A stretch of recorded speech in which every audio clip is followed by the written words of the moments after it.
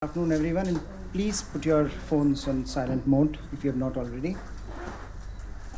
Welcome to ORF. Welcome to this session on foreign policy in transition under Modi. This is largely a report that we did a few weeks back, which we released online. And this is more of a formal release of the report as well as a discussion on foreign policy priorities. What has gone over the last 5 years and what presumably we can expect in the next 5 years. And it's a broad-ranging discussion on this report as well as on certain other aspects of Indian foreign policy with a very distinguished panel, as you can see, and I'll come to that in a bit. But before that, can we just get the photo thing done and sort this thing out before I'm told by my employers that this is very important.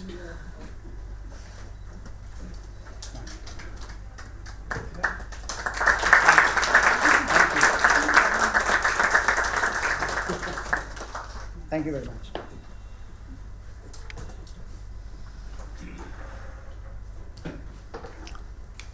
So again, let me start by thanking all of you who made it to ORF today, and also thank to a number of my colleagues. Some of them are here, some of them are not, but who have contributed to this report and who contributed to a project that we started doing around April and trying to assess what perhaps had gone on over the last 5 years and trying to capture some of the data points and some of the analysis looking at the last 5 years, the first term of the Modi government in terms of foreign policy. What is very interesting about, I think, last 5 years is the kind of commentary it has generated, both in the public sphere as well as in more sort of arcane academic journals, where ever since Mr. Modi became the Prime Minister, foreign policy was one aspect which got a lot of coverage. In the media, but a lot of coverage in, as I said, in academic scholarly journals. So very early on, you had very distinguished academics sparring with each other in terms of what is happening with foreign policy under Mr. Modi.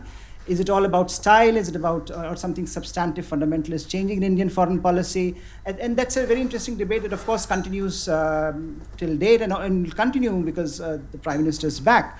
So in that sense, that this is going to be an interesting, again, the next 5 years are also going to be interesting because we'll also take this discussion forward, take this conversation forward in terms of what has happened under Mr. Modi in the realm of foreign policy and what are some of the more tangible outcomes of that approach to the world. So what perhaps has emerged or what perhaps emerged was some very interesting contestations around some of the traditional ideas that we have had.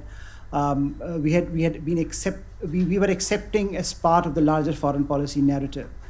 So for example, non-alignment was a word that we heard relatively little about over the last 5 years. Instead, the shift was towards new ideations around leading global player, issue-based alignments, etc. Then you had the formalizing of this Indo-Pacific construct from the Indian side, the speech that the Prime Minister gave at Shangri-La in 2018. And I think in terms of ideas, it has been a very interesting phase to examine those ideas, to see how those ideas differ from the ideas that were part of Indian foreign policy tradition over the last several decades. The other aspect has been, of course, Prime Minister's personality, his dynamism, his interest in foreign policy, and also some sustained engagement with pivotal geographies.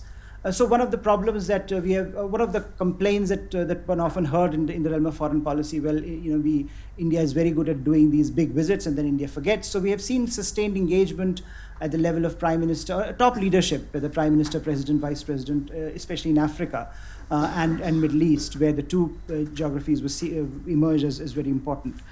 So a whole of the government approach also was very interesting that came out, that in terms of meeting India's aspirations, meeting India's developmental needs, how do you relate to various institutions of the government and how do you make it more of a democratic process? So whether you had the late Mrs. Swaraj giving it a very personal touch, or whether you had Prime Minister himself ideating around the fact that foreign policy cannot be the domain of foreign policy elites alone. It needs a wider discussion amongst the Indian public, and he did, in terms of his outreach, did a lot to take that to the masses. And as we look forward, we also look at the challenges. Some of the challenges would be in terms of how do you operationalize some of these ideas that emerge in the first term. So as you look to the second term, as you look to the future of Indian foreign policy, how do you operationalize these ideas, especially at a time when multiple disruptions are shaping international landscape? And so to navigate those disruptions at the same time, you creating and generating new ideas and operationalizing them is a huge challenge. You also face a challenge of persistent challenge of India's capacity deficit. How do you make sure that as India grows, as India reaches out to large parts of the world, how can it be sustained? How can it be maintained this high level of global engagement? This report looks at some of these issues, and some of these issues will come up as we go forward with our panelists. But what, instead of asking the panelists to talk about the report itself, I think what I thought would be useful to sort of ask some questions, or one question each to the panelists, so that they can start off from that vantage point. Of course, you are free to speak, about the report and about some of the aspects that you want to highlight. But I would like to start with Dr. Shakti Sinha, Director, Nehru Memorial Library, and I'll come to Ambassador Singh, Mr. Kumar, and Suhasini in a bit. But Shakti, you have been an observer of Indian foreign policy in the second term of this government, in the first term of Mr. Modi, and you were part of Vajpayee-led NDA government. When you look at the trajectory of Indian foreign policy, how do you assess Mr. Modi's first term, and what differences do you see? Because it's an interesting question, both analytically to ask, that you had an NDA government under Vajpayee, you had an NDA government under Mr. Modi. What are some of the differences that you see, and what are the sort of continuities that you see emanating from NDA 1 to NDA 2 under Mr. Modi? And again, just very briefly, welcome to all the panelists, and thank you for coming. And the places in front also. Yes, please. Peter, places in front. Thank you, Harsh, for that. And my congratulations on your report. It's very succinct, I must say. It almost feels like it's solid in substance, but in terms of presentation, it's very easy to read. I'll start before answering you, since you mentioned the word non-alignment. In 1996, when Mr. Vajpayee's short-lived government, was seeking a vote of confidence in Parliament, Lok Sabha, Narasimha Rao got up and gave a withering speech saying that in your manifesto, BJP, you have not mentioned the word non-alignment. Have you given up non-alignment? This was 1996. Of course, subsequently, when Mr. Vajpayee replied, and this is the pre-internet days, we hurriedly found the Congress manifesto of 96, which also did not mention the word non-alignment. So much for non-alignment. Now, obviously, I think what the report makes it clear, and what your book, which came out, I think, in April, right, makes it, Harsh, very clear, that it's not just about form. Yes, form is different, form is more rigorous, but the critique says only more rigorous form and nothing else, and only style are wrong. It is also a lot of substance. It's not to say it's only substance, because a lot of style involved, and there are still issues with implementation. There are still issues with implementation. But I think in the world which was of 2014, it was very different from the world of 1998, globally and locally. For one, the BJP had a reasonably small numbers. If I remember correctly, it was, I think, 180, 180, which makes it a lot of difference when you look at 282. A hell of a lot of difference. And the fact that Mr. Modi led the campaign from the front 2014 made him distinctly different from the others. So in that sense also diversity different. Globally also the world had changed a lot from 1998. We were, of course, in 1998 a very small economy. We are big now, but sometimes we feel we have declared victory too soon. We are not so big yet. In that circumstances, the options similar to Mr. Vajpayee were quite different from that available to Mr. Modi. For one, of course, India had transformed itself, and post-2008, the world had taken out a different turn. And I think Mr. Modi was able to capture this. For people who thought that he was a very domestically driven chief minister, probably forget that I think as chief minister of Gujarat, he went to China 4 or 5 times. He went to Japan a few times, met Mr. Abe when he was not the prime minister. So it is not just that things came out of the nowhere. There was a certain pattern to it. But yes, at the end of the day, I think both Mr. Vajpayee, but probably more Mr. Modi, realized that your foreign policy is nothing but an extension of your domestic policy. Now, I know many people now feel that, oh, you brought in economics into your foreign policy. I would reverse the argument. And I think Mr. Modi definitely realized, say an example, whether it's United States or China, 2 very different countries, 2 very different approaches. You have lots of common interests, but lots of contestations also. And I think you have demonstrated that as far as economics goes, with China, you would definitely want greater cooperation. You want to leverage on China's growth. China is a huge economy, but there are issues there also in terms of market access. On certain trade and climate change issues, you are together with China. But in the larger context of your national interest in India and the neighborhood, obviously you will run up against China. With the USA being a far country, again, the approach is quite different. For one, we run a 60 billion trade deficit with China. With USA, if you take trade in goods and services, we run a 50 billion trade surplus. So, your whole approach to economics with USA is quite different from your approach to what economics with China was. And I think this first term has managed to capture that difference quite well. Mr. Modi, like Vajpayee, opened up with the neighborhood, their heads of government, minus Sheikh Hasina who came, plus Mauritius. He did the same, and the visit to Lahore I remember very clearly. So I think there are lots of things which were broadly similar, but in terms of the opening to America, calling America natural allies at New York at Asia Society, which caused a shock. Many people thought it's a mistake. There was no trolling those days. He was badly trolled for it, really badly trolled for it, as an example. But I think that one, definitely Mr. Modi has shown better, since his policy is in tune very much with the global realities, and he has definitely shown a far greater level of vigor into it, and to some extent, a much greater level of risk-taking than, I would say, in the past governments have done. So I think there are similarities in Mr. Vajpayee's and Mr. Modi's way of thinking, of understanding that India has an inherent place on the high table.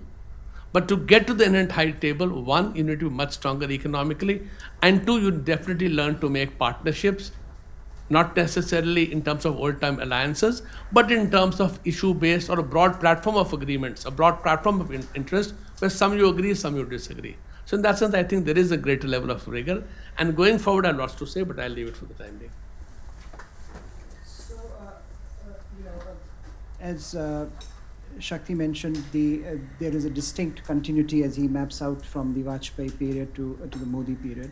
And there are certain aspects which, of course, lend themselves to different interpretations, coming, as Mr. Modi did, on a wave of massive electoral mandate. His ideas about the world were shaped by his experiences as chief minister, where he was already engaging in a lot of economic outreach to our neighbors. And I think I would bring in Ambassador Saran here, Ambassador Preeti Saran, who was former Secretary East, and who was instrumental in some of the policy issues that Mr. Modi highlighted, especially on the Act East front. And I would, ma'am, I would like to hear from you what, as a diplomat who served under the Prime Minister, how do you visualize the changes that you saw, or the continuities that you saw, and interpreted them, as a bureaucrat who was implementing some of these strategies on the ground? Good afternoon. Thank you, Harsh. And first of all, I'd like to congratulate you and your colleagues for putting together this very good report on looking back, looking ahead, foreign policy in transition under Modi. I like the way it's been a very comprehensive report, and certainly covers all the special relationships, in the 3 sections that you've drawn up. And, I like the way you focused it in these 3 separate parts, where you have India's engagement with the major powers, and the subsections, the immediate neighborhood, the Indo-Pacific, Africa, West Asia, Central Asia, Latin America, etc. So I think that really puts together a good perspective also helps me comment upon what you're asking for. And then, of course, the segment on India as a global multilateral player, etc. To answer your question, serving as Secretary East or in the government in these last 5 years as foreign policy has evolved, what were the continuity, what are the changes? Of course, as Dr. Shakti Sinha has pointed out, and you have in your report as well, I think the most amazing part has been the energy. The energy that was personally led by the Prime Minister himself, and that was very obvious just by, the number of visits and the kind of countries he'd covered, areas where countries that previous leaders, Prime Ministers had not even ventured to visit Nepal after 17 years, when we know Nepal is our next door neighbor and a very, very intimate relationship. And yet for the Prime Minister to visit there after 17 years itself is a statement. And several other countries, Fiji for that matter, where, there was that FIPIC summit and then followed by the second FIPIC summit, etc. So one, I would say that, the most obvious one was the personal energy. I mean, he's indefatigable, and you'd want to combine several things all in one go. And I can give you a very small example. On his visit to USA, it was in 2016. And just at short notice, we sought the convenience of the president of Mexico, and who very warmly welcomed Prime Minister. That was the time then we were, of course, looking to actively be part of the NSG. And it was just a very quick short notice visit. Prime Minister went, met, established this personal relationship, and actually got the President of Mexico to confirm that they would support India's membership of the NSG. Or last year, he was on a scheduled visit to Indonesia, followed by Singapore, where there was the Shangri-La dialogue. In between, of course, Malaysia was right next door, and Prime Minister Mahathir had just been sworn in. And again, at very short notice, it was Ramzan period. I think the Prime Minister was fasting, Mr. Mahathir, and yet he absolutely agreed that we were flying through, and then could we just stop by? And literally, that's what happened. Literally stopped by, and an hour's meeting, a courtesy call, simply to, pay his respects to one of the oldest serving leaders in the ASEAN, the 10 ASEAN countries. I think that really warmed Prime Minister Mahathir's heart. And, Prime Minister, in fact, recalled that, like several other visits to Japan and to China and others, not when he was Prime Minister. He'd apparently also met Prime Minister Mahathir and reminded him that, I had met you when I was nobody. And so there was this personal equation I think he has been able to establish with each of the leaders, and whether it is former President Barack Obama or the current President of France, or immediate neighborhood, the leaders. He's just concluded a very successful visit to Bhutan, and with their majesties, both the fourth king as well as the fifth king and the Prime Minister. So there is this thing, or with Prime Minister Sheikh Hasina, you can name it. I think over the years, he's really, in these last 5 years, built a very strong personal equation.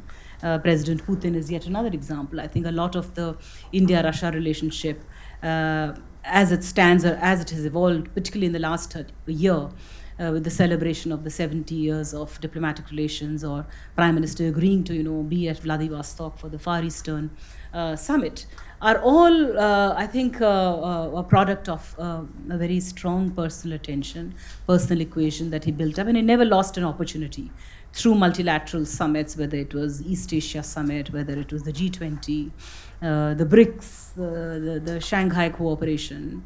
All of these, I think, have shown the results that are brought out in your book as well. The neighborhood first policy, I think, had its huge successes. I would count Bangladesh, I think, as one of the most important ones, where, of course, the land boundary agreement was an important one.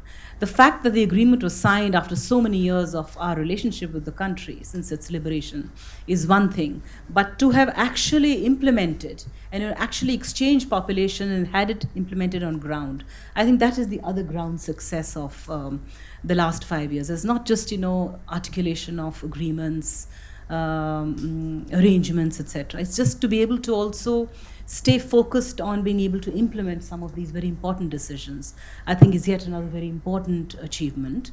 So on the neighborhood, of course, there were challenges. At one stage, Nepal, after a very successful first visit by the Prime Minister of India after 17 years, I think the Madhesi agitation definitely put back the relationship.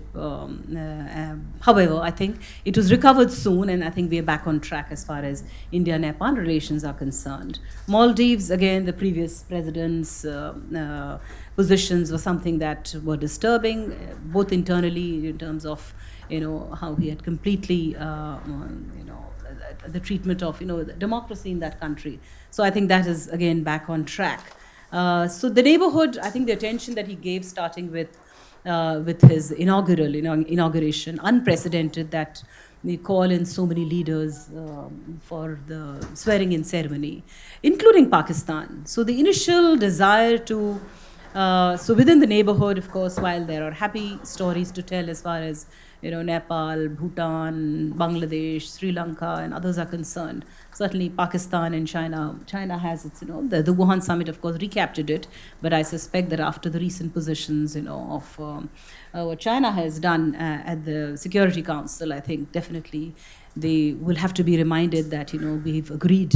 One, that we don't interfere, we don't comment upon internal developments in other countries, and also that we take a long-term view of the relationship. I think that Wuhan spirit needs to be, brought back somewhere. Pakistan too, there was this very strong out-of-the-box attempt, to not only just invite Prime Minister Nawaz Sharif, but actually again at very short notice, flying back, returning from Afghanistan. I'd like to come and call on you, wish you on your birthday. That is unprecedented. You don't do it unless you don't take these out-of-the-box decisions. So that was yet another, followed by the External Affairs Minister going in December. And then, if that's followed up with all those terror attacks and so on, Pathankot, Uri, etc. So you cannot be faulted for not having tried. And I think tried in a very, very bold, in a very aggressive manner, attempts to reach out to Pakistan, to the rest of the neighborhood, I think has been some major achievements. Talking of out of the box, I think even inviting 10 ASEAN leaders as chief guests for the Republic Day, apart from holding an India-ASEAN summit to commemorate 25 years of establishment of our relations with them, is again something that is very quintessentially, I think, very personal to the Prime Minister himself. Where have we had 10 chief guests to a Republic Day? And he did it, and with a statement where the focus of the relationship and the discussions was on maritime cooperation, development of blue economy, and thereafter for him, very much, building on his vision of Sagar, and then articulating the Indo-Pacific vision at the Shangri-La. Again, these are just very, very bold, dramatic moves, which I could say that are really to the credit of the government. Or look at West Asia, yet another successful reaching out. Again, there was a personal equation involved.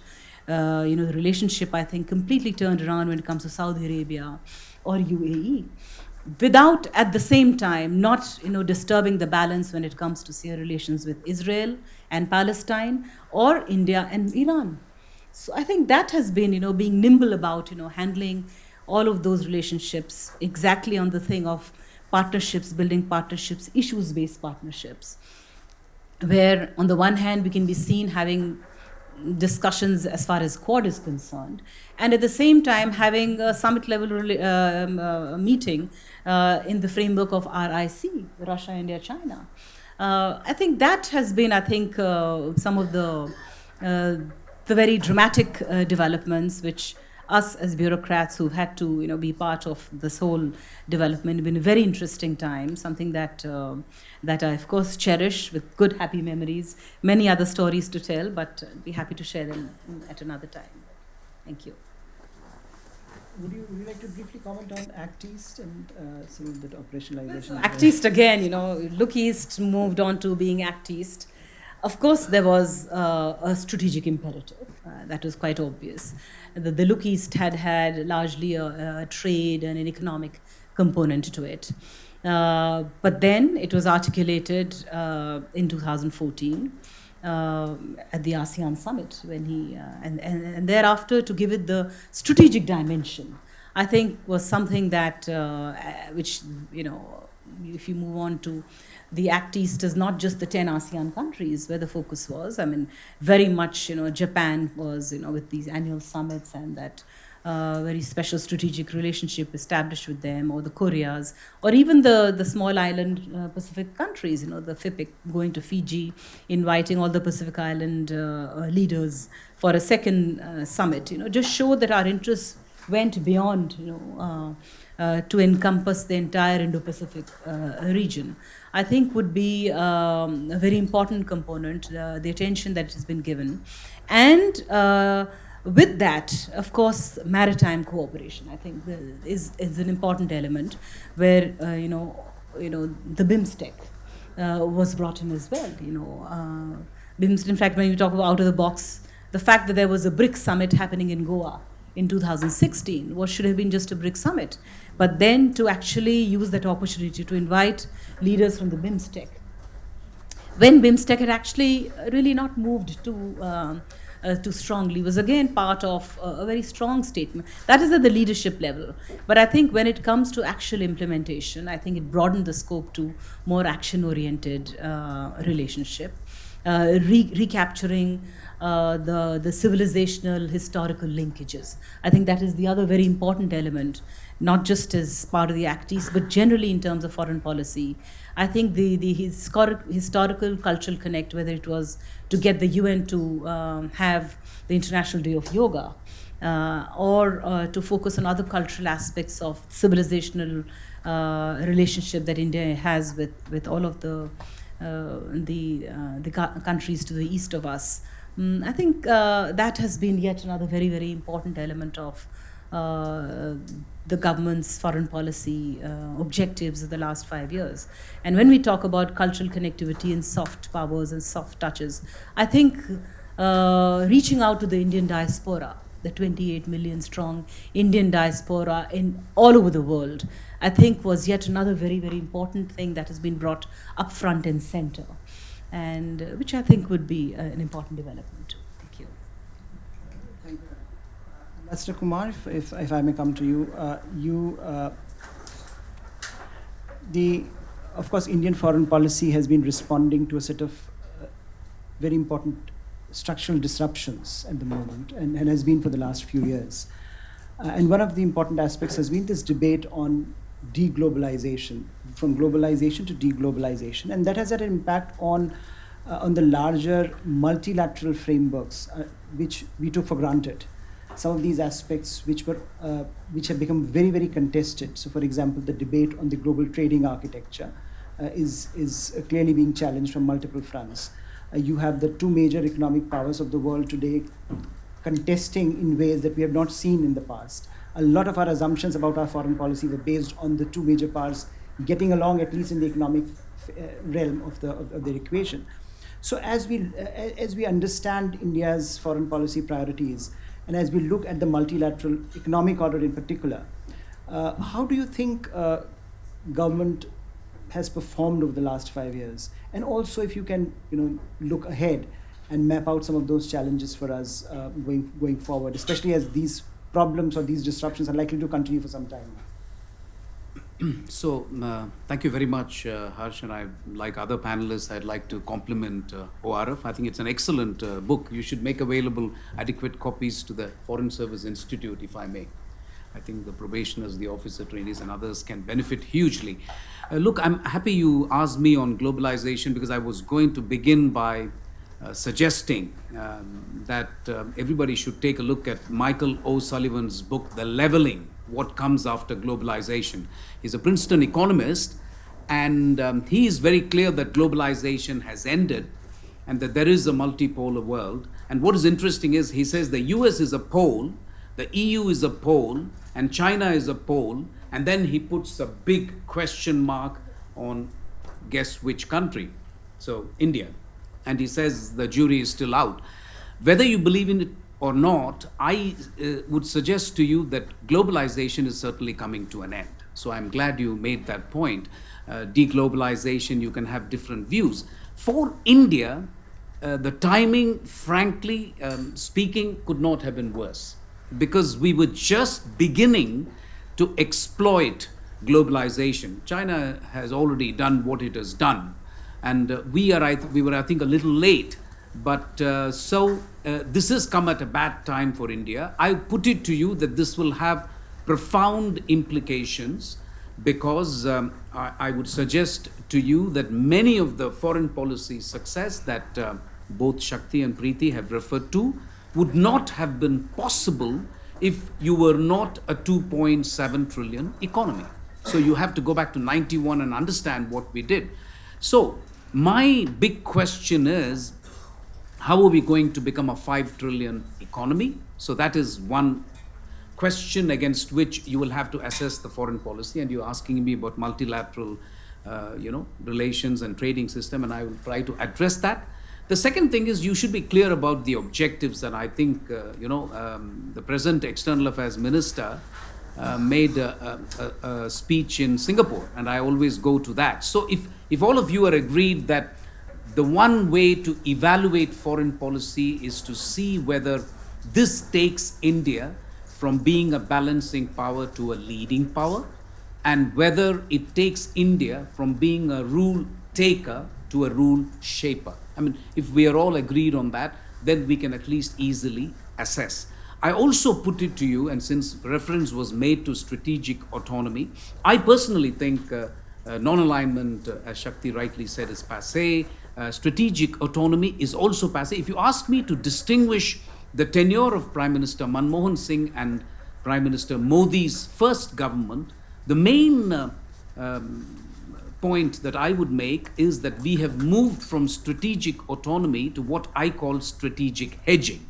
And there is a difference. Strategic autonomy is what you have by way of policy space. At some point, policy space by itself doesn't get you anything. You'll have to use it to advance your national interest. I believe that this has been done. To that extent, I give full marks, because you can't just keep saying strategic autonomy and do nothing about it. So I think at some point, you'll have to use that autonomy, and of course your autonomy will reduce. And while it is nobody's case that we have become a leading power, I would say that you can't just keep full strategic autonomy and become a leading power. You'll have to use that autonomy by strategic hedging. And that, I believe, the Prime Minister's first tenure has done. I would strongly argue, and before I move to multilateral, give me just 2 minutes, Harsh, if you don't mind. I think Doklam and BRI pushed us farther ahead from strategic autonomy to strategic hedging. And, the big decisions for me are the strategic trade authorization by United States, the 2+2 dialogue, the fact that we are a major defense partner. I mean, bear in mind that there is no other country which has got all this, major defense partner and strategic trade authorization. Japan, Korea have it. What I mean to say is, no other country which is not an ally has got it. That's what I'm saying. So it is a big paradigm shift for me. And we will have to see where this goes. But I will now, we can have a detailed discussion if people are interested in this, but I will have to now, since you asked me, the multilateral trading architecture. I will begin by saying, for me, the highlight of the Prime Minister's first tenure was climate change. Since I happened to be the Indian ambassador in Paris when climate change happened, it was again a paradigm shift from saying common but differentiated responsibility. We will take zero responsibility because you Western countries have pretty much brought planet Earth down. Legacy emissions are basically the fault of the Western countries. India had nothing to do with it. And we argued that in all the previous meetings. So for us to take this position in Paris, that listen, we will do our bit without being a fly in the ointment, is a paradigm shift. And for India, which is traditionally called a naysayer, a country which keeps on saying no in beautiful different ways and so on, I think this was a big change for me. And I think any number of leaders will tell you very honestly, and I think some of them have said it, that this wouldn't have been possible without India, frankly. And I think, therefore, frankly, our commitment to multilateral diplomacy, from being a naysayer to a stakeholder, if you need evidence, I would say climate change. It's another matter that the US has withdrawn from it, but we will not go down that road. I'm merely talking what India did in Paris. So I will now turn my attention to the multilateral trading architecture. I spent 10 years as India's negotiator at the WTO, the World Trade Organization. Now I wish I had played golf in Argentina or Colombia. Why spend so much time in Geneva when you know this is what is going to happen to WTO? Now, jokes aside, I think the WTO finds itself in a very, very serious existential crisis. There are 2 or 3 ways in which this can go. India, by the way, most people don't understand India's position. I don't want to try to be a salesman for the only book I've ever written, which is on WTO. But at least it'll give you an idea why we say no to some things. It's like the American diplomat USTR who came and said, why are you objecting to intellectual property rights? Indians are smart, they're in the Bay Area, you do IT, why do you object to it? And I put it to you that that part of it hasn't changed. When it comes to multilateral trade architecture in India's position, the first thing you were told as an Indian civil servant is that you don't bat for the middle class, you obviously don't bat for the rich people, you are essentially batting for 350 million people in this country who are poor, who have no access to sanitation, health, and no access to electricity. This is the constituency I'm batting for. So if you ask me why India is not part of the investment negotiations, you know, it's a huge contradiction in one sense. We are the biggest recipient of FDI at least a couple of years ago, and now we're probably second or third. But we don't participate in the investment facilitation negotiations in the WTO. And the reason is simple. We've always felt that we need policy space to make interventions for the 350 million people if need be. And we don't want to lose that. And we also know for a fact that our market and size is big enough for us to swing things in our favor. We don't need an investment bilateral agreement to kind of get investment into this country. So for various reasons, we have objected to plurilateral negotiations or new negotiations in the WTO.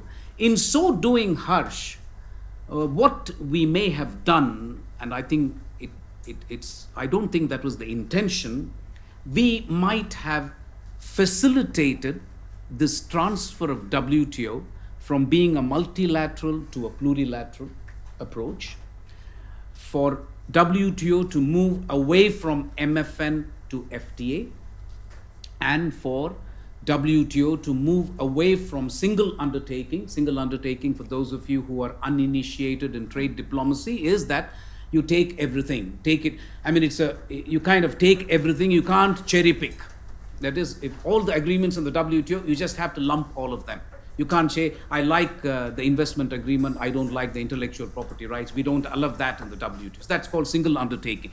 We've made a wholesale shift now where a few countries have said, okay, if some countries are going to keep saying no, we're going to go ahead and negotiate. Secondly, MFN has become, I never thought I'll say this in my life, it has become the most useless thing now to have. Because every other country except India has FTA. India's major trading partners are China, EU, US, of course, I should have begun with US, but anyway, US, China, EU, and GCC for very odd reasons. So discount GCC, Dubai, UAE, that's for very different reasons. China, we have Shakti alluded to the deficit problem. So my point is, we are the only country which doesn't have an FTA with any of our major trading partners. Look at the FTAs that are being signed by EU, with Vietnam, with the Mercosur. Forget about EU signing with Japan. The biggest FTA today is not the US, Mexico, Canada. It is EU and Japan. That is the biggest FTA area today. And you see that happening all over. And I have always said that you're putting Indian exporters to a tremendous disadvantage. So I would say, while we have done fantastic things with US, with China, I think we have held our own. It is a strategic challenge, but I think we have held our own. Doklam and BRI, I would put that as examples. I will just say maybe two things on EU, Japan. Japan is hugely important, but I think we need to work with them a little bit more to get them on board for the India-Africa growth corridor. I think that's work in progress, as well as Indo-Pacific, which Preeti alluded to. As far as EU is concerned, I think for me, it's a regret because I was India's ambassador in Paris, and I genuinely think both sides missed a trick. We should have signed an FTA.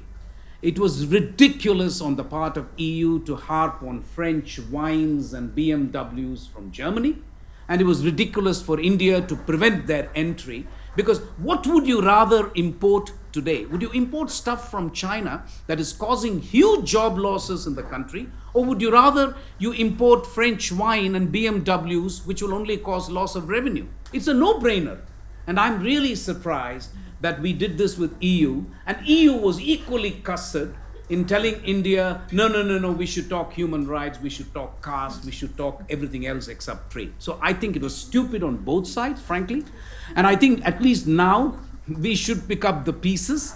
India probably needs it more. I say this frankly. I think we need an FTA with EU. I'm hoping that the data regulation of the EU and the EU stance on data privacy will bring us together on e-commerce. Our position is not very far removed from EU. I heard the Commerce Minister say the other day, in fact, that our regulation may even be more benign.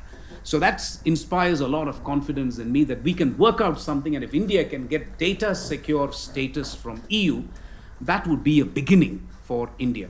So the challenge ahead, Harsh, is huge. Because what I'm trying to say in maybe a slightly meandering way is that the multilateral trading architecture can go one of two ways. One, we go without the US. EU is already talking about it. EU is saying that if the appellate body is pretty much wound down in December, because the US doesn't want more appellate body judges to be appointed, we will go the arbitration route. It's possible that all the other countries might say we will keep the appellate body structure. Hopefully, US will come on board at some date in the future. Meanwhile, we will use a much less used obscure provision in the WTO, which allows all countries to go to arbitrators. Arbitrators will be the same appellate body judges, by the way. We will just call them arbitrators, and we'll use the appellate body secretariat and continue with that and hope our American friends will come aboard at some point in the future. The other option is, Mr. Lighthizer has said it a couple of times, they really want to go back to the good old or the bad old GATT days, depending on where you stand. So you go back to GATT, which means the dispute settlement on the GATT, it rules, and the country concerned can have the prerogative of accepting or rejecting the judgment. So we will go back to those GATT days. That may also happen. For India, the challenge, I repeat, and I'll finish here. I'm sorry I was a little bit long-winded, but this was important from my perspective. For India, this has profound implications for our trajectory to become a leading power. We need resources. I have always felt that now in the country you have political will. I don't believe that there is even a problem in terms of expertise in the MEA. We used to have that problem, but we have consultants. Project execution is good. Afghanistan is a good example. We've done a lot of projects in a very limited time. What is now really critical for India is resources. And it so happens that India's 50% of India's GDP is dependent on foreign trade. So it's not like you can suddenly pretend you are North Korea and then you can become autarkic. You can't. You're already integrated. So which is why I think trade becomes critical. I would urge, first of all, for us to take a strategic view as to whether the West is more of an important market for Indian exports in the next 10 years, or do you think we can crack the Chinese market? There's some people who still dream of that. I don't see much evidence of that, but maybe, who knows? So you will have to make a strategic decision that this is your export market for the next 10 years. Sign FTA with the EU and make a trade deal with the US. I was again happy to hear people in power say that the differences are far less than what headlines suggest. This is what I'm hearing. I hope that is the case, in which case we do a trade deal with US, we do an FTA hopefully with EU, and then at least make sure your exports double, because I do not see Indian exports doubling with MFN tariffs. So that, I'm going to finish there, Harsh. So very briefly, if you can comment on the US-China trade dispute and how it impacts India going just in the immediate future, because we don't want to look too long-term, right, in terms of our... So the US-China trade dispute, some myths to be busted. One myth that India can be a big beneficiary. I think perish the thought. You're not part of the global value chains. So, which is the reason why Vietnam, Malaysia, somebody else may benefit. I do not see India benefiting that much.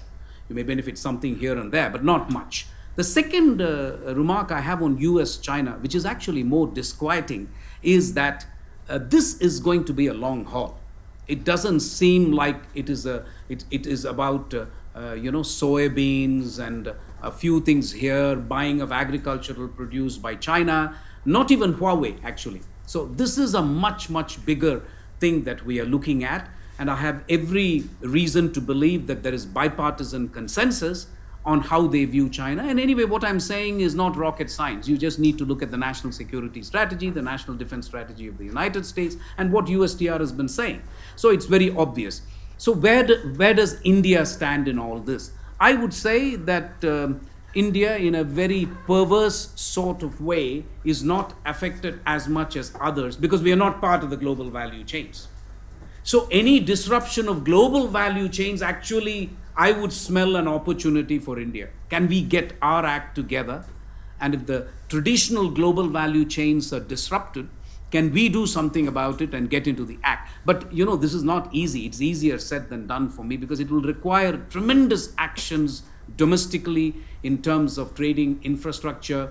It will require your companies to be a lot more competitive than what they are. So it's a combination of factors. To that extent, you have an opportunity, but that opportunity will also be used by others. It's not as if other countries are just going to keep quiet. So it's a race against time. And I will just finish by saying I cannot overemphasize the importance of foreign trade for foreign and security policy in the Prime Minister's second term, which makes me believe actually that if he had an in-tray and if I was just supposed to be his, advisor, whatever, I would put this file on top. Everything else can wait. What are you going to do about trade? Because it has such an organic link with the resources that you can get to kind of have an active foreign and security policy. Thank you. So now I come to Suhasini, Diplomatic Affairs Editor of The Hindu. Suhasini, we have heard a lot about the foreign policy in the first term, and maybe, and even when this report came out, and now there's a lot of water has flown down the Ganges, and much has changed in terms of India's regional security problems. So I was wondering if you can give your assessment of how would you assess the first term of the government in terms of the immediate neighborhood, especially when you think of this argument that perhaps we can move from SAARC to BIMSTEC, perhaps when the marginalization of Pakistan and isolation of Pakistan is the best strategy for India at the moment. And when you look back today in the present context of what is happening in Kashmir and how the world has responded to India's policy changes there. Floor is all yours. If I might, I'll get to Kashmir right at the end because that's a whole different seminar. Thanks so much for having me speak. I realized right at the start from your introduction that there isn't much space for criticism here because it says very clearly that even critics of Mr. Modi will admit that actually he's done very well. So I will start by saying that I do think, in fact, that Mr. Modi surprised everyone by taking a very serious look at foreign policy, at trying to change, as you have written, the shibboleths of the past with differing successes. And that's possibly where I will differ from some of the assertions that have been made both this afternoon and in your papers. To begin with, when we come to the subcontinent, and I'll try and restrict my comments. How much time do we have? No, okay.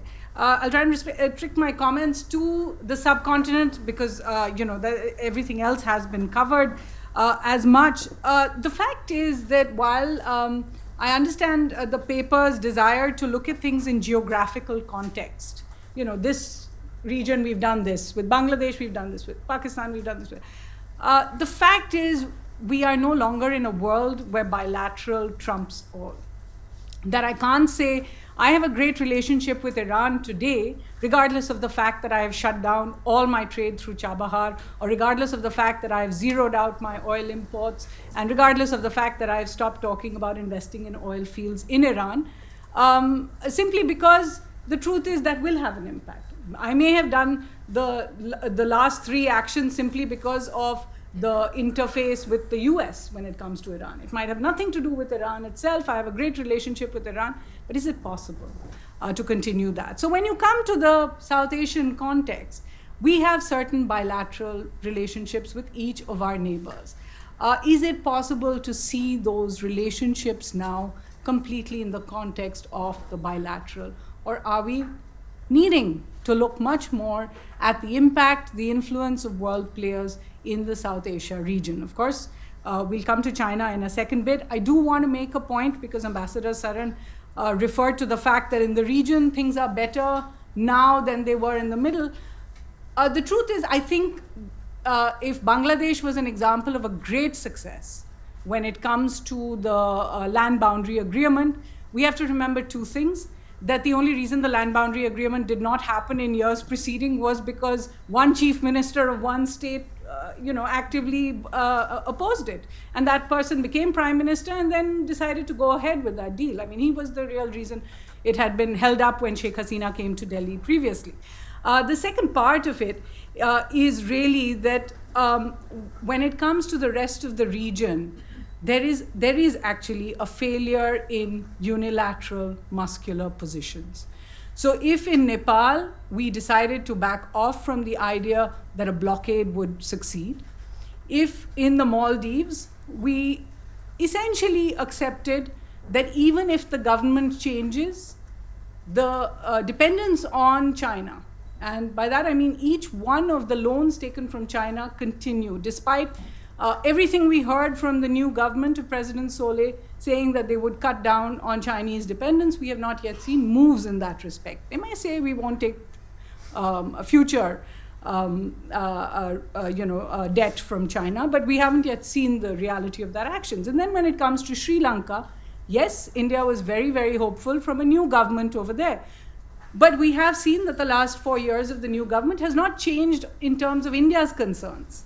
That comes to devolution, that comes to submitting itself to a multilateral United Nations-led accountability exercise. In fact, India actually voted against Sri Lanka very recently simply because they felt they weren't doing that. And thirdly, of course, the China question. Not only has Sri Lanka not reversed the debt from China, not only have they actually gone a step further when it comes to Hambantota and the sovereignty issue, and given over claims of China, they have used fresh loans from China not to pay out debt, but to undertake new projects.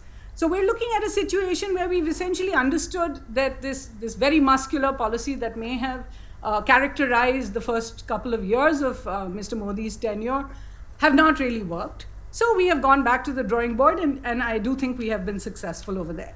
The second part of it, which I did refer to, is the international context. We already see the hope that India, Japan, India, the US, India and other countries, the EU, the UK, can work on projects in the region, but we have not yet come to a place where we can actually talk about a counter to the greatest threat we see here, and that is China. There's one of, I think, one particular slide in your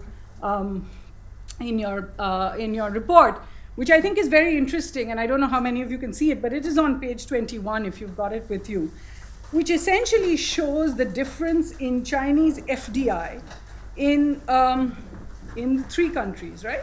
In Sri Lanka, Bangladesh, and Nepal. If you look at the early figures, the dark blue, which is India, are higher. If you come to the end, the light blue or light gray, which is China, is much, much higher.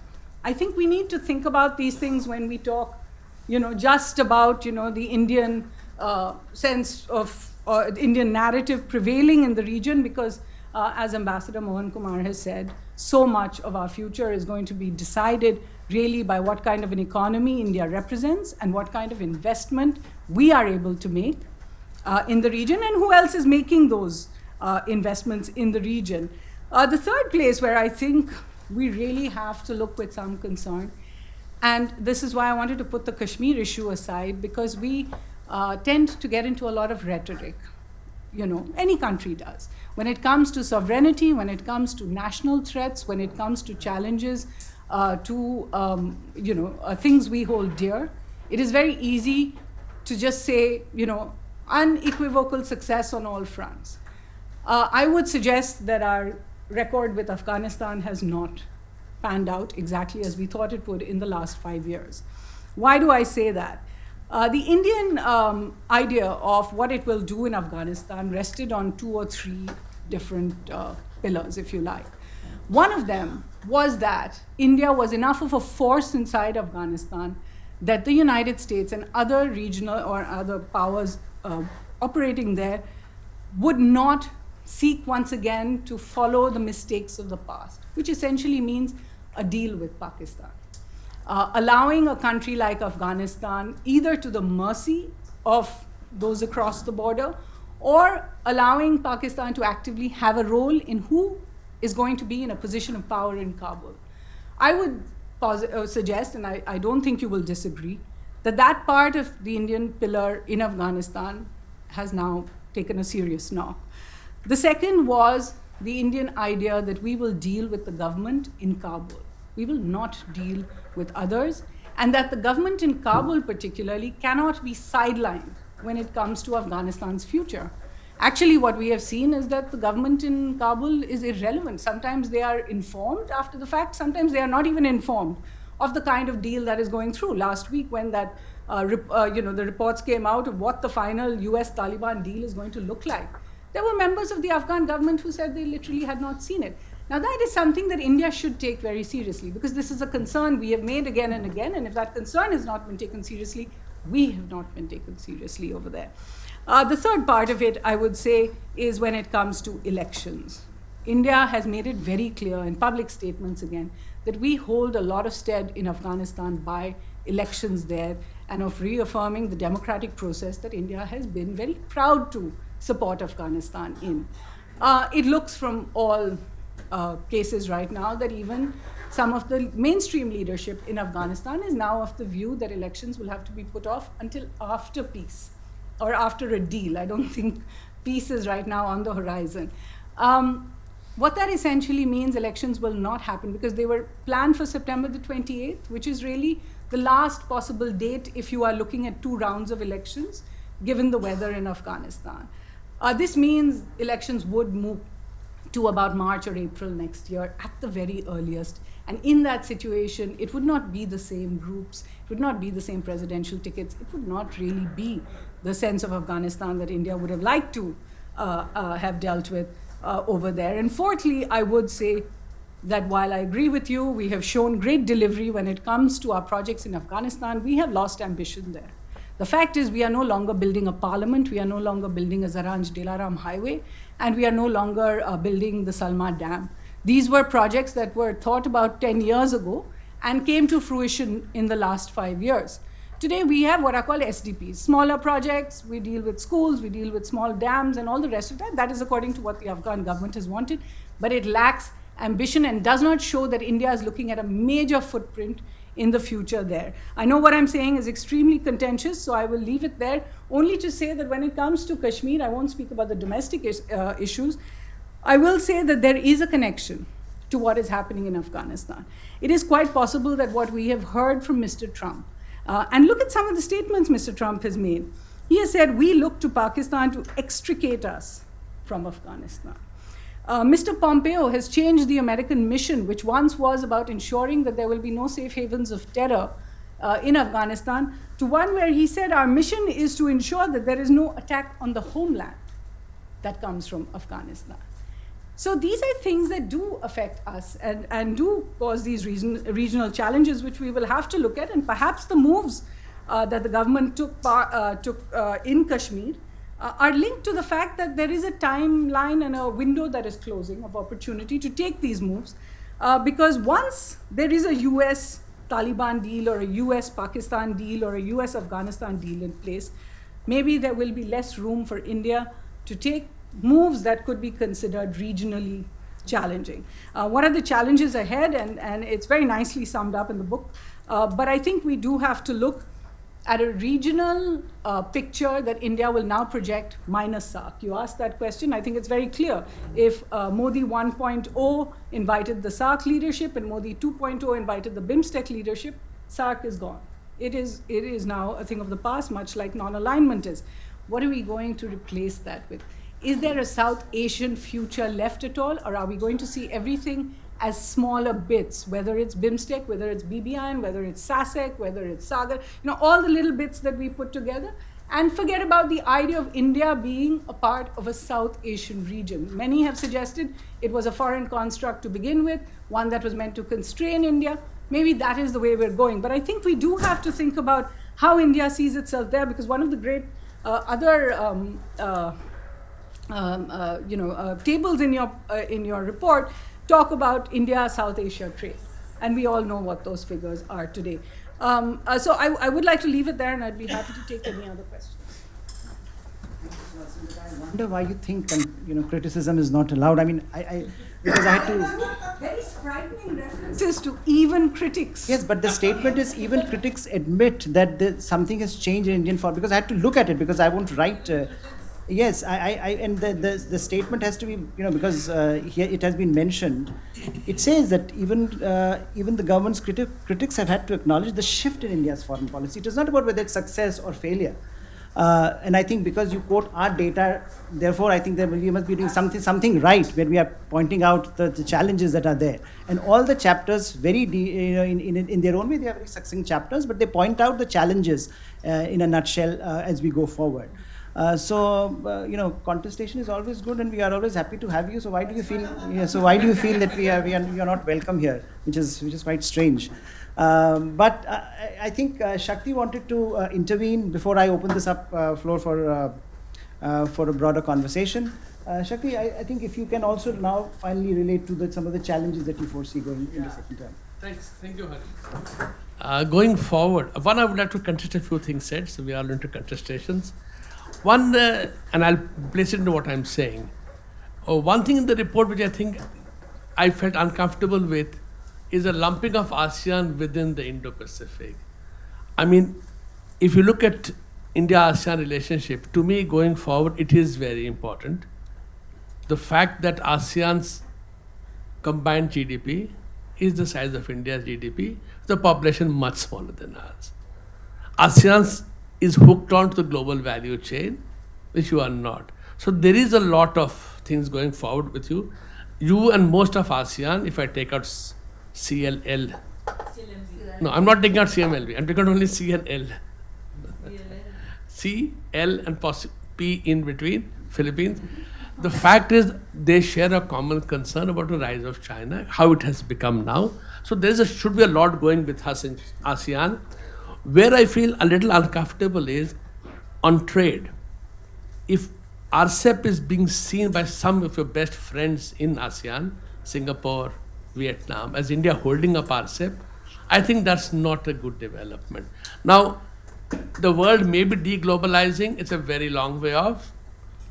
Okay, since 1990, trade was growing faster than global GDP, which has reversed from 2008, is still humongous. Mohan pointed out, 48% of Indian GDP is trade. So trade is huge for us. For China it's 38, for USA it's 28, right? For Singapore, of course, it's 250, but that's another case altogether. It's an entrepot, because it's an entrepot. And while you're still not part of global change, increasingly you're getting there on some places. And therefore you have to really work with ASEAN to get into the nitty-gritty of economics seriously. And again, Mohan, I would slightly counter you on that. I think within the government, not just MEA, and Electoral Commerce Ministry, we do lack expertise on understanding trade. We all love exports, we hate imports. Well, my exports are your imports. So if you don't like my imports, who's going to buy? I think we must take trade. And again, back to Mohan, completely agree. Why should I bother about 100,000 cases of French wine or 200 BMWs? The luxury car market in India is minuscule. Absolutely. Jaguar sells how many? 500 cars, 1,000 cars in a year. Europe is wrong on data. We were wrong on this. I think we have to get out of this. We have to get out of that old thinking. Similarly, on Gulf, give credit to Mr. Modi, first Prime Minister to visit UAE, 30 years, done it 3 times. Saudi Arabia, the intensity of the relationship, especially on intelligence sharing and handing over terrorist suspects, much better than you ever have thought of, considering what people say about him. And yet, and they have announced this lovely petrochemical project in Maharashtra, $52 billion, which is actually greater than CPEC alone, because CPEC is now down, number of projects out of CPEC, one single project. But it is held up due to local politics. We'll wait for the Maharashtra elections. I think if you have to go forward with the world at this moment of time, and especially because technology has changed completely, we must understand that the structure of the global economy is changing very, very fast. I always give the example of my cell phone. I mean, in your cell phone. What has it replaced? It's replaced my address book, my diary, my calendar, my watch, my camera, my tape recorder, my TV screen, my travel agent, right? Not my case. Not it, sir. I cannot say speak for yourself. The fact of the matter is, and US is the prime example of it, manufacturing broadly defined, not narrowly defined, national income is a complicated thing, I will not go into it, is 30% of the US economy today. The number of people employed in manufacturing was 17 million in 2000, it's 12 million now, it will be 11 million in 5 years' time. This is actual numbers, not percentages. In other words, your opportunity to become a massive manufacturer is now really not gone really. Medium level you are there, so it is going to be very difficult. So you have to really intensify your economic relations with ASEAN, with West Asia. Primarily these two. Definitely with Japan, which is now, our relationship is Abe driven, we have to go beyond Abe. Definitely with Europe.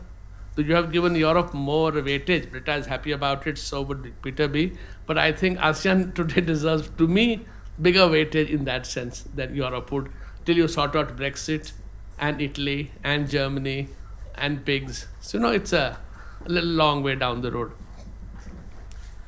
But basically, what I'm simply stressing is our attitude to trade has to change. Our attitude to FDI has to change. A very important minister just said, why does India need FDI?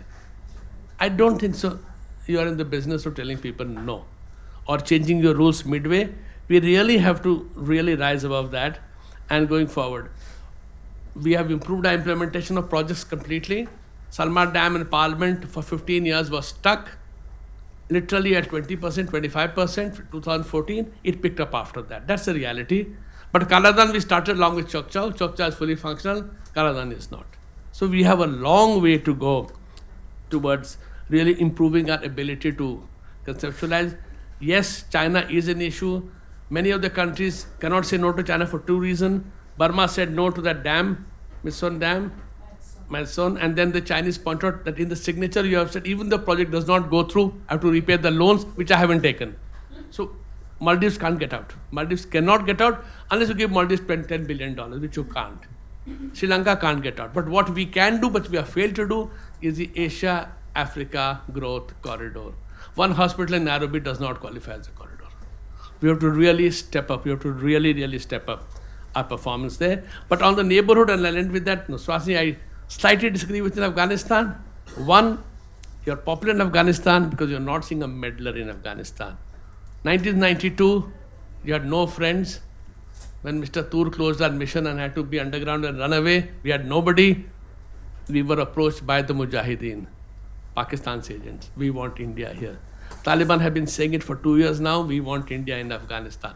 Yes, they can't get out easily of Pakistan's these things, but I think we should not be too harsh in judging it too quickly.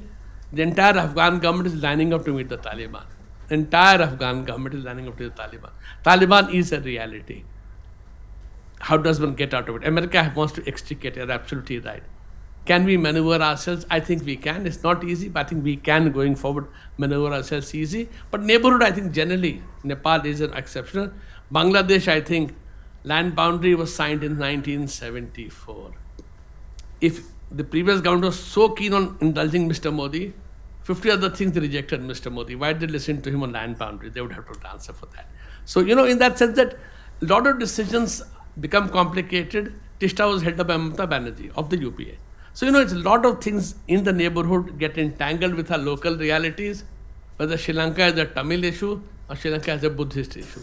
We have to really see it as a much, take that step back and going forward. Because I'll end by saying, you cannot become too transactional, that I'll do RIC also and I'll do J also. I'll do Quad also and I'll do SC also. It works to a point. Beyond a point, if you're seen as, not a reliable player, as an opportunist, you're not likely to get what you want to do. Thank you very much. I'll open the floor up for your questions, comments, observations. You can please introduce yourself, and if you are directing a question to anyone in particular, please address them. Yes, I'll come to this. Hi, my name is Martin Jha. I'm a senior research fellow in JNU. I want to ask from Dr. Harshri Pant only. The topic is foreign policy in transition under Modi. So, do you see a period after India's independence when the foreign policy was really static in nature? Because every time I hear this commentary, whether it was under Manmohan Singh or Atal Bihari Vajpayee, that it is under transition. So what is this transition? Of course, we are doing many things which have not been done in the past, but what is the transition actually about?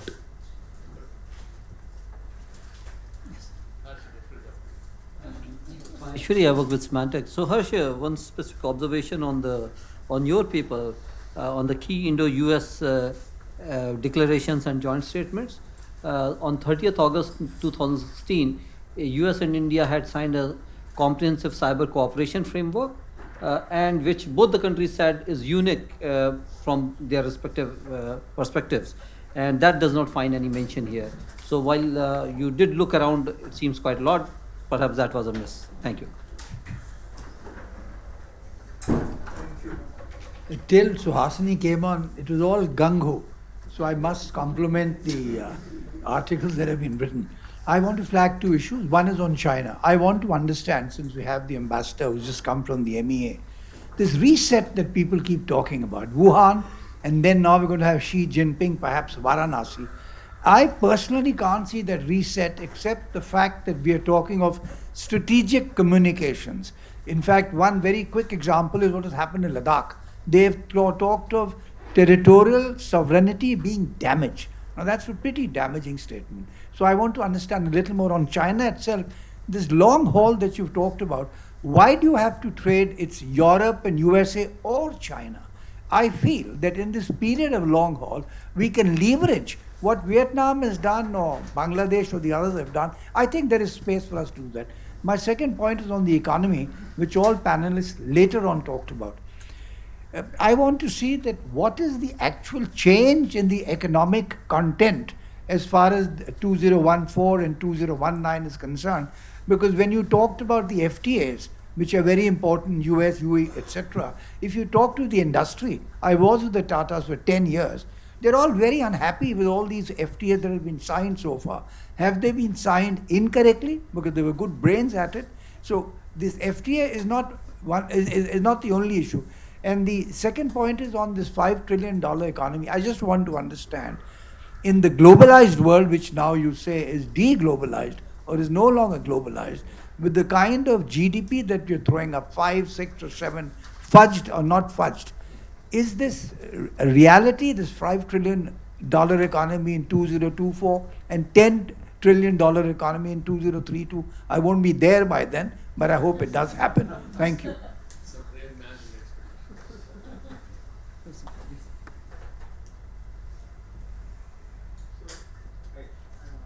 I had a question on Afghanistan. So, kind of closely linked with our. So, does it matter that, like Suhasini's comments, I think, is it a mess we don't want to get into? Has there been a. And one point I would like to throw up is what happens after 2020 domestic elections in the US? Does a new US president change their policy on Afghanistan?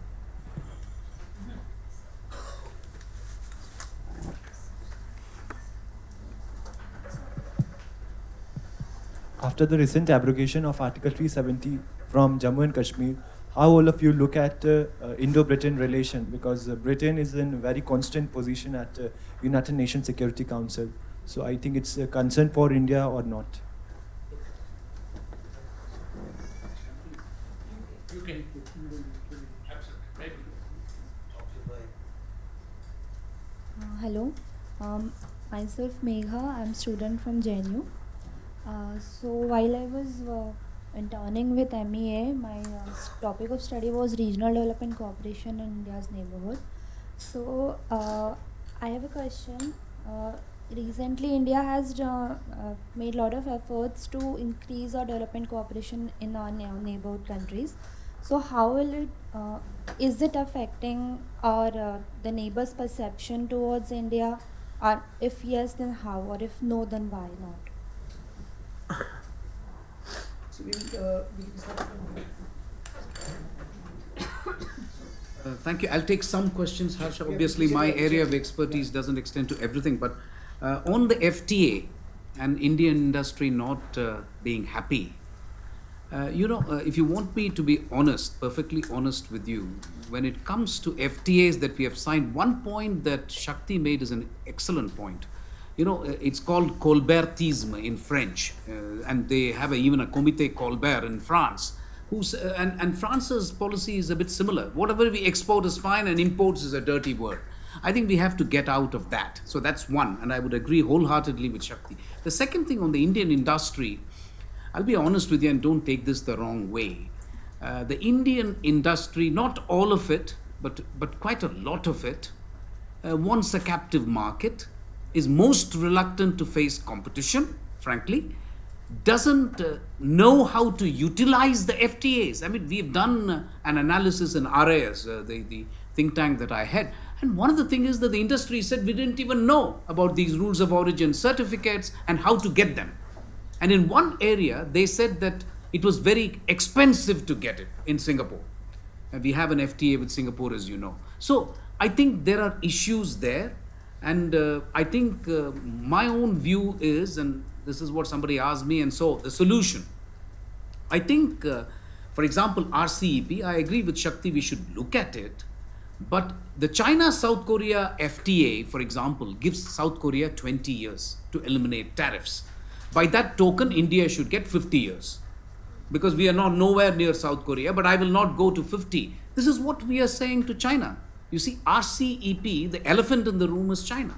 And we have to be very clear that we need transition periods. Second, pharmaceuticals, we export tons and tons of it everywhere in the world, but not to China. Not so much to China. There's got to be something wrong somewhere. So fix it. That's the second. Third, movement of professionals. We don't want to send laborers and barbers and all sorts of other people abroad, but we do want our professionals to go abroad and execute projects. ASEAN is most disinclined. They say there is a delicate population balance, whatever. So I think we are involved in tough negotiations, and it'll be India's call finally. If we don't get the gains in services and investment, then there is no point in just saying tariff, tariff, tariff, because India today, and I say this honestly, we cannot handle a 0% tariff regime and a 0% non-tariff barrier regime, which is sometimes the aspiration even among US and EU. We can't handle it. And the red line for any government, as I say, is job losses.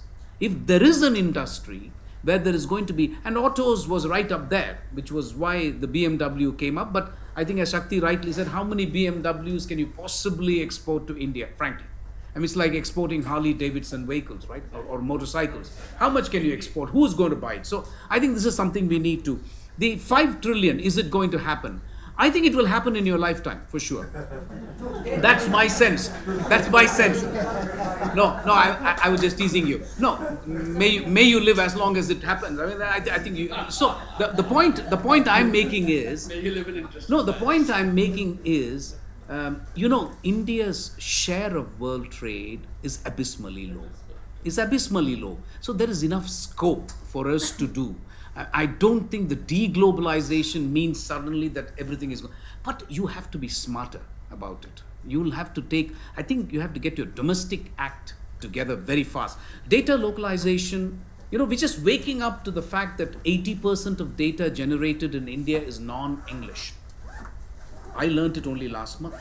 And I'm supposed to be an expert. I'm looking at data localization. Why the hell is Facebook having a setup in Singapore and not in India? I suddenly, an IIT guy who's working in the private sector comes up and says, do you know, sir, that 80% of the data is now Tamil, Bengali, Oriya? We guys think it's all in English. And therefore, Facebook must be interested. So we will have to take a good look at this. We are the exact opposite of China. China has pretty much decided no GAFA, that is Google, Amazon, Facebook, Apple, Tencent. They've got Tencent and Weibo, of course, but everything else is forbidden. We have a situation in India where it's a free-for-all for the last 8 years. Data, as we speak, is owned by the big techs. The big tech companies own data as we speak. And now we have to, as usual, claw back the situation. So my sense is, given our share in world trade, if we can play it right, I don't think 10 billion is much for a country the size of India. Indo-UK relations, look, if there is one thing that I have learned, and I hope Ambassador Preeti Saran will support me on this, we have to play the long game here. I mean, whatever you've done, we will speak with you and try to see where you're going. India has huge investments in the UK. So I don't think you're going to treat us like a banana republic. I think that time is gone. So you will deal with us and we will deal with you on an equal footing. But I think one of the other things I wanted to also say about EU-India very honestly and frankly, and I've said this in a different forum, is that EU has also been very distracted of late. So we think that as EU moves forward, there will be time for EU to speak to India and other countries. Obviously, Brexit is just one issue, but there have been other issues as well. So I think I just wanted to underline the criticality of India-EU relations. There was a question on development cooperation in the neighborhood. Look, it's like this. I think developing countries, if you do a dispassionate poll today, I have to say they will be much happier with what India has done in the last 5 years. For me, that is the strongest argument I can give with Prime Minister's neighborhood policy. I certainly think, I honestly feel execution has improved. We're asking them what they want, but there is one gripe, and that needs to be tackled.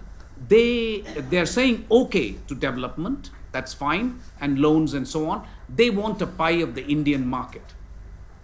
And they all have products sometimes which are competitive with Indian products.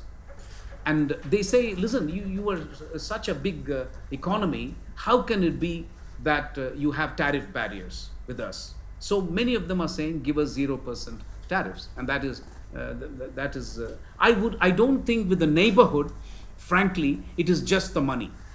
So I wouldn't be too concerned about what is happening. I think we have done something with Russia for a nuclear power plant in Bangladesh. So trilateral cooperation is something. We're talking to France for the Francophone Africa. Japan and South Korea, I think we could do a lot more. I agree with Ms. Suhasini Haidar that we should be doing a lot more.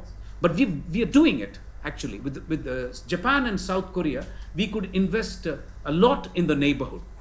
And it's already happening in Bangladesh. So that is really the way to go. But it all comes back to this very, very difficult question, which is if you have to open up your market, not just to the neighborhood, but also to FTAs, what happens to industries which are sensitive? And when we say in India, the sensitive industries, I'm talking job losses. There are two red lines which I believe no government can cross in India. One is agriculture, and I used to say in the WTO that if it means you want to expel us from the WTO, make my day. I'll get out.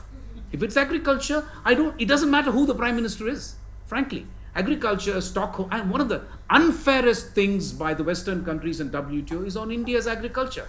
To even suggest that India is subsidizing, and that is coming from US and EU, which used to subsidize $1 billion a day until recently, 10 years ago, is ridiculous, frankly. You have mountains of butter and rivers of milk, and then you tell India, so that is, I think, patently absurd. But that is unfortunately where we are in the WTO.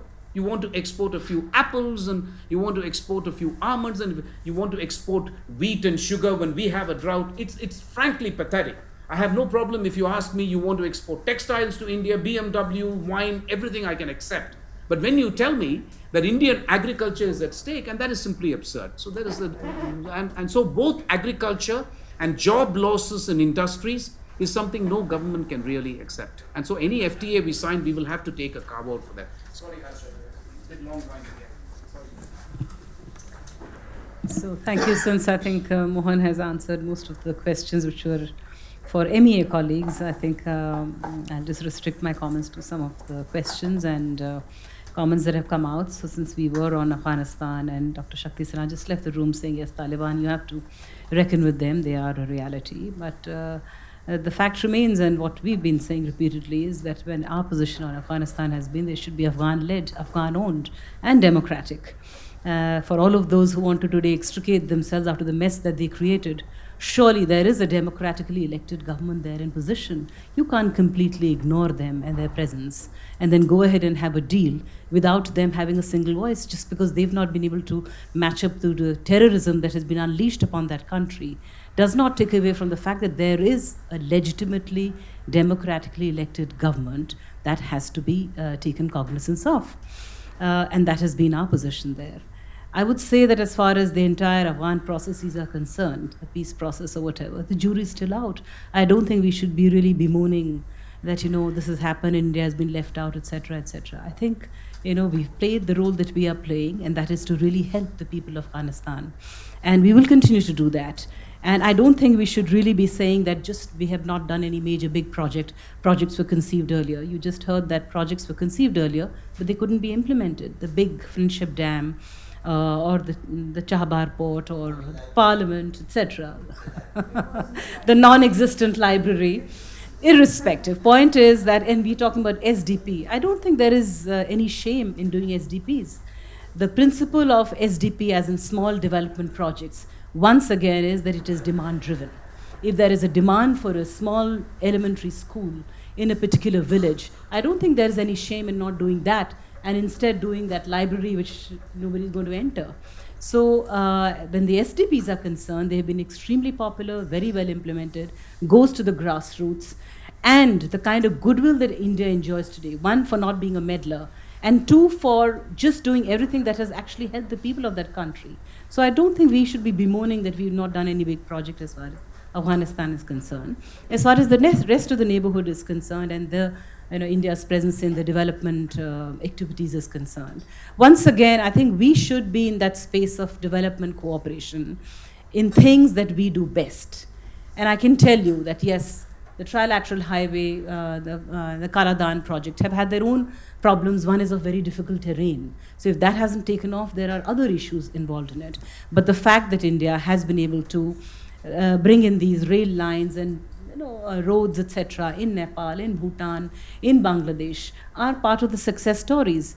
But where India's development cooperation has been appreciated the most in the neighborhood, of course, Sri Lanka, of course, there was the housing project, etc., which went off very well. It's always that you do not impose. Our model is not the same as the Chinese model, where you impose a debt and you get into a debt trap. That has not been our model. Our model has always been demand-driven. What is it that you want? What is it that we can give to you? What do we bring to the table? Secondly, I think what we do best is capacity building. Whether it's in institution building, training. These are the softer skills which we are very good at, not just in the immediate neighborhood, but beyond, to Africa, to Southeast Asian countries and elsewhere. And I think that is where it's been appreciated. And some have done not too well. There are, of course, local problems that come out, but the projects that have been, and I would say the SDPs in not just Afghanistan, but all of the other neighboring countries, in fact, have been our biggest success story. On the issue of, I think that question was for you, Harsh, about foreign policy being in transition. I would say that in any case, any foreign policy of any government, any country, is always in transition. It's something, it cannot be frozen in time. It evolves, and you have to be nimble about it. And that's what we have been doing over the years, for 70 years. But the last 5 years definitely has seen a totally different character and nature, which we've already talked about. Moving on to China and, how to reset this, and the fact remains that China has challenged us diplomatically, economically, militarily. It is a reality. when our leaders meet and talk about the Wuhan summit, or when they meet otherwise and say we must take a long-term view of the relationship, it isn't just incumbent upon India alone to take that long-term view of the relationship. It is an equally incumbent upon China to take it so. And if China wants to be the eminent power in Asia by hemming in India through the challenges or the problems that it creates, I don't think that is taking a long-term view of the relationship. And I think that is one reality we have to accept. And we move on thereafter, subsequently. On the trade aspects, definitely RCEP, the Regional Comprehensive Economic Partnership agreement, where it is stuck, I think Mohan has really explained that very well to you. You must understand that even with MFA, just WTO MFA, what has happened to the Indian small micro industries? Completely decimated in some ways because of the onslaught of cheap Chinese goods. And beyond a point, you have to take a call that is it acceptable?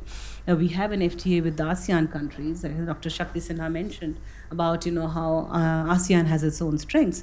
We have an FTA with them. We could certainly build on other FTAs with other individual countries within the region beyond Europe and USA. But I think that is. If I would certainly support Mohan when he says that on the if trade is one aspect which should be given priority, I think that is one area that definitely should be given priority. So I'll stop here, but maybe subsequent questions I could answer some other aspects. Very quickly, a few things. One, FTA, I agree with Mohan, except that we also have a problem. Our FTAs really do not satisfy the requirements of FTA by and large. They should cover a substantial portion of trade, which we try to hedge it. Actually, the word FTA comes from India-Pakistan's partition of 47, and Section 2 or Section 3 of the GATT provided for it as an exception to MFN. Very quickly on 370 and UK, well, Boris Johnson did call Narendra Modi yesterday and told him, no, we accept as a bilateral issue. So obviously the Foreign and Commonwealth Office is very, very strong. They have the old games to play in South Asia, whether Afghanistan or Pakistan or Kashmir. They can't get out of it. It's a matter of, I think, DNA. So I will just leave it at that. On Afghanistan, I have said enough. But Suhasini, there are no more big projects to do. Rakesh, can somebody do a project in Afghanistan? Big project? Anybody in the world? Nobody. So at this stage, there are nobody doing projects. No. Nobody can do projects. Your life is that threat. Just very briefly on foreign policy in transition. All good policies should always be in transition. There's static is almost a death blow to the whole idea of policy, policy paralysis. But I think you missed out that this is a specific report. So foreign policy in transition under Modi. So if you add under Modi to that, I don't think there is any problem there. It's a report that looks at Modi government's 5 years and what has happened, what has not happened, what probably are the challenges, what have they achieved. That is what the report is about. So the idea of foreign policy in transition comes from there. It's not, if I would have said foreign policy in transition period, I think your question was very valid, but it's under Modi, just last 5 years. You can add also in the sense that, one is incremental change, which happens all the time, right? One are certain inflection points when you can see the course changing. So I think one need not be very. And that's a claim I argue in my book about the larger inflection point. But despite what Suhasini thinks, this is a very modest report with very modest ambitions. So read it with that modesty. It's like a good executive summary of a government document. Extremely easy to read. Final round of questions, comments, observations. Sir. Mahendra Negi from IDS headquarters. I have a point for the two ladies. One is a senior journalist and other is a senior diplomat. Afghanistan, we've talked so much about it, but there is one fallout which has not been discussed, and that is the security fallout in Kashmir, based on what will happen when Afghanistan is left to the wolves.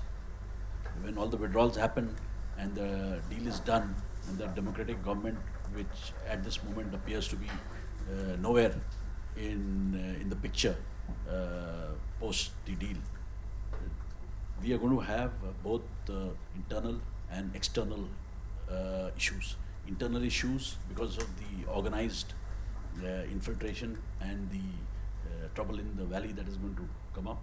And the external is whenever we have extreme trouble in the valley, we always have a fallout in our foreign policy, in between nations, drumming up support, having anti-India, thing. So I just want a take on that from both the ladies. Which way do you see what is going to happen post this? So gentlemen not allowed. Yes.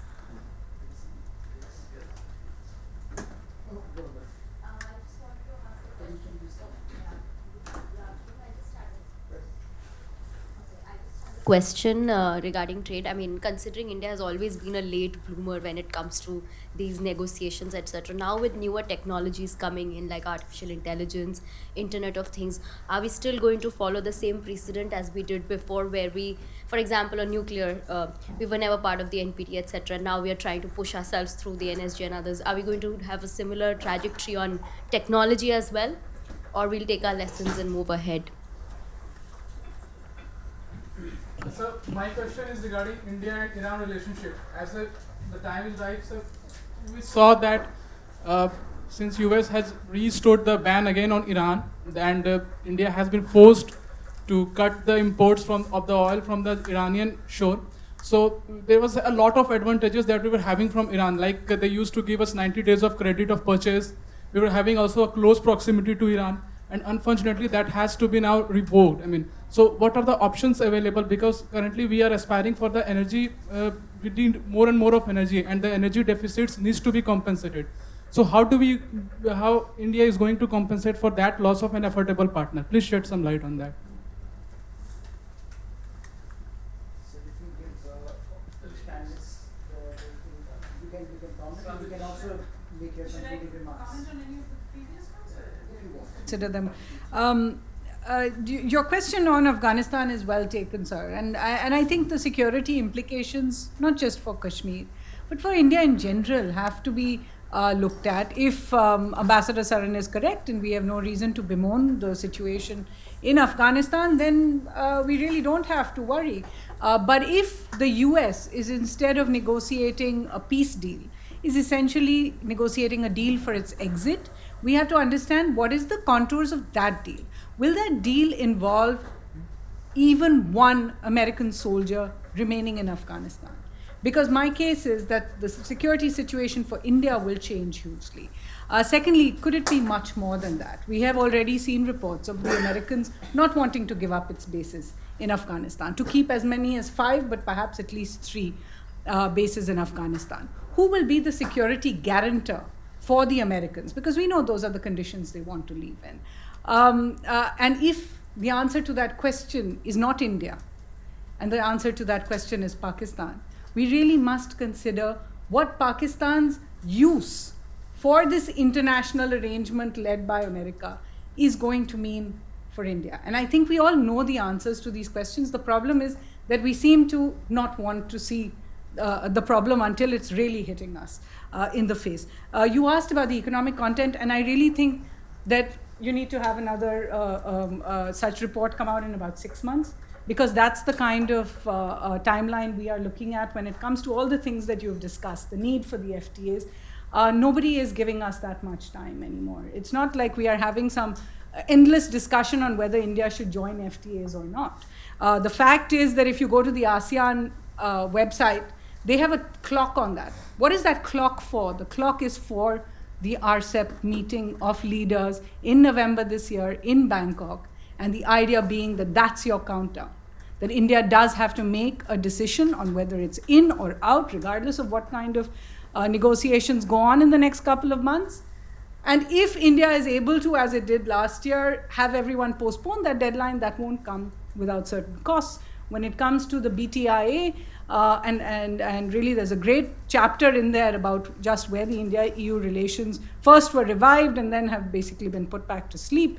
It's true that EU is distracted with Brexit, with Greece and all the rest of that, but the truth is we have not evolved a position yet. Our position has not changed. Despite the Prime Minister standing in Berlin and saying we will restart the talks, we have not yet been able to convene the restart of the talks to discuss the restart of talks. That's actually where we are right now. So let's not delude ourselves about where our positions are, and I agree with you. We have major issues internally. The agriculture sector is not something that we can just turn aside and say, yes, we're going to join all these FTAs.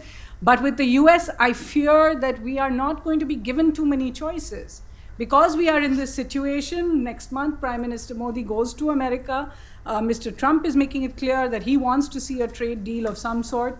Yes, we were very close to a trade package last year. I think something like 9 of the 12 points of diversion had been agreed on, but then they were not able to close the deal. Will closing the deal and essentially sensitive issues like dairy products, you mentioned pigs, but also cows, will things like medical stents be places where India will have to make concessions on? And all of these are happening right now. I don't think that the time is in the not so distant future. And again, I would turn you to the report, which has very, very well put out the facts as they are. And you can't do that. You can't keep citing our report and then criticizing us for not being. Absolutely not. Absolutely not. I would go back to the report. I would definitely ask you to write more about this. Check out the. I'll just go quickly through it. The chart on Japan shows a downturn in trade. The chart on Japan investment in India shows another downtrend that goes 2.0, 2.61, 4.7, 1.6. We get to Indian trade with ASEAN, which was the point I was just trying to make. And once again, if you just look at the period between 2014 and 2017, again, you see a downslide. So I think we need to address these with a certain emergency. Well, that's not in the report then. The report needs to be updated. But my basic point, and I'm not just trying to be agent provocateur here, I'm simply saying that there are real issues that we need to take very seriously, because each of them is going to be linked with not just how India sees its, how India sees relations with other countries, but with how India sees itself. Just a few sentences. She's highlighted tensions, expectations of problems in Afghanistan. I'm simply saying is that one should be prepared for it, watch for it, engage with people. Because you are interested in the country of Afghanistan, you're not wedded to any group of people. As long as the Afghan people are comfortable, which has been our stand throughout, we were hung up on elections. Afghans themselves are not sure the elections are going to be fair and fair. And there are major problems with Afghan law and elections. You can go and vote anywhere in Afghanistan as a voter. So therefore, there are majors which they haven't addressed. So I won't be too hung up about that. But yes, you have to be watchful. I'm worried, but I'm not in a depressed mood that Afghanistan will collapse, Kashmir will collapse. I would be a little less in that sense, reaching that level. But yes, I'll be alert to it, that's all. Dr. Shakti Sinha just said that, as far as the fallout implications of security, both external and internal, to India as far as Afghanistan and the change scenario, of course, as he said, we have to be prepared. And but remember, we've been victims of cross-border terrorism for the last 30 years. I think we will just have to improve our intelligence sharing, cooperation, military preparedness, and all of it. And we've dealt with cross-border terrorism. We can anticipate and expect that to spike. And if we've dealt with it in the past, we should be able to deal with it better, with the help of the international community, of course, as well. Just to add a sentence, sorry. Pakistan made the case that what is done in Kashmir will affect developments in Afghanistan. Taliban immediately issued a press note saying those who are linking Afghanistan to Kashmir are literally enemies of peace in Afghanistan. So let's be clear with that also. Let's not get. That's what I'm saying. It's not an easy position. I would hate to make a prediction, but I would keep all this in mind. So as I was saying, just when you left the room, the jury is still out on all of that. Moving on to the India's energy security, having reduced our oil imports from Iran, of course, we'll have to look elsewhere. And you know that our Prime Minister, in fact, is going to UAE. And of course, there are other oil exporting countries with whom we'll have to deal with.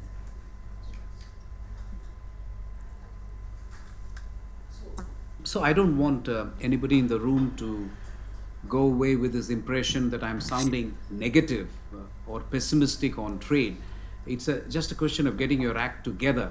For example, the CII has identified 10 major manufacturing industries in India, where our export potential is tremendous. And you know, this has been linked to the doubling of exports by 2022.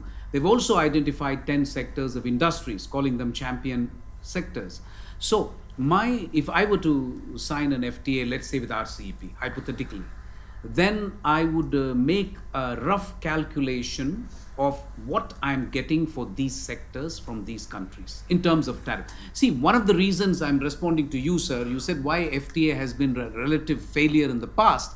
One of the reasons is we thought we were getting a good, let's take Indian exports of a particular product to ASEAN and China. We thought we were getting a good tariff concession by getting, say, 8% as opposed to a 12% MFN. Suddenly we realized that ASEAN has actually got a much lesser rate with its FTA with China. So there is trade diversion. So these are things, we are not great experts at FTA. We have been naive believers of MFN for the longest amount of time. It was Hong Kong, Japan and India, which we used to call ourselves the friends of MFN in the WTO. While everyone else was sleeping with everybody else and doing FTAs, we were just content to say we are MFN supporters. So we are the last. Explain MFN to them. Most people don't, they think it's a very good thing. Most favored nation?